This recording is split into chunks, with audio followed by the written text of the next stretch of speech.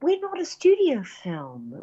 This film looks so huge and big, and it's done on a shoestring. And I just take my hat off to everyone involved. Truly a shoestring. And it just looks like a studio film, and it's been reviewed as if it's a studio film, which is on one level, really, I'm very touched. We got Hollywood Reporter and, Variety and, the reviews have been polarized. We've had some really amazing reviews. Variety was like a love letter to Clace. And, we've had a few that, found it tricky and, but the fact that a movie that it's been treated as if it's a studio film, partly I think because of the cast and the director as well, and you kind of want to put your hand up and say, look, we didn't have 30 million to chuck at this film like that other one you just trashed. The budget of this film is about 30% of your average HBO episode of Game of Thrones. And people don't understand this now, that movies are the poor relation, independent films are the poor relation now to television. Because television is, this new golden age of television that we have. There is so much money thrown at it, it's crazy. And so much time to do an episode. An episode is 4 or 5 weeks. Well, that's what we had to make a film. And an episode is 50 minutes? Yeah, 50, 60. And it's long form, and you won't have so many locations because, you're gonna use those locations again over 10 episodes. So it's just, it would be lovely as well if people would understand that it's apples and oranges, so much of this.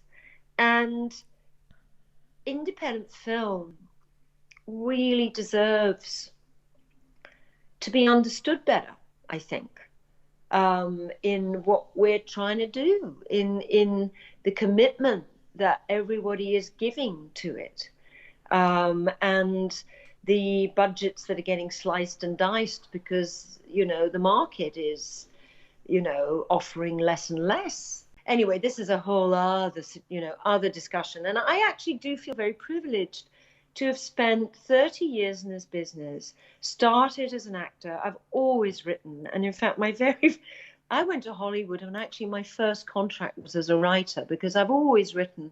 And I'd written a script, and somebody asked me to write something based on another novel. And I was actually paid. And then I got an acting agent, and my first job, of course, was Hook. So they then, of course, completely pivoted and decided that they were only going to promote me as an actress. Because obviously I was going to bring in far more money as an actress than I was as a writer. So it's so interesting that it took me 30 years to kind of come full circle.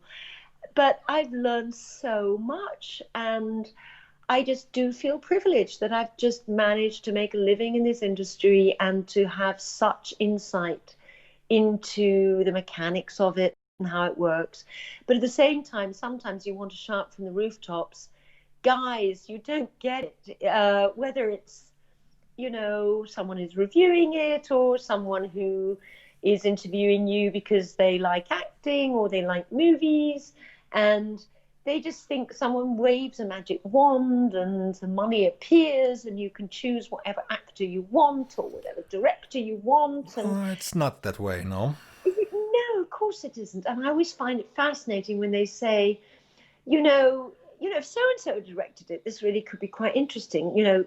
A friend of mine who's another wonderful writer, director, shout out to Sheila MacLeod, because her movie's coming out in Germany. You should talk to her.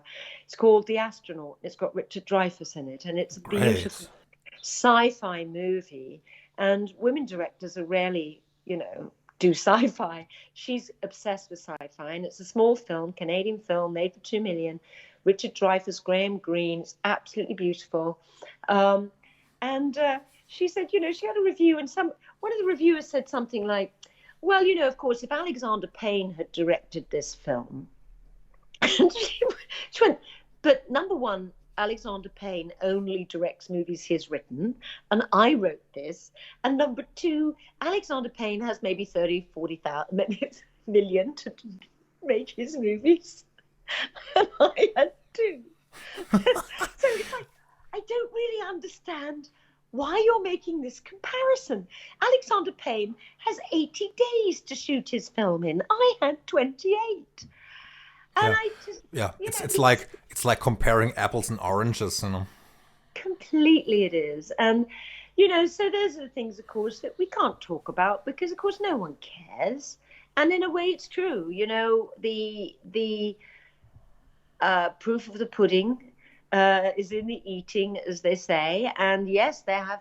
I actually looked at Reservoir Dogs the other day. I've not seen that Tarantino film for a long time. And I was in Hollywood and met Lawrence Bender right at the very beginning of my career. And he was right at the very beginning of his.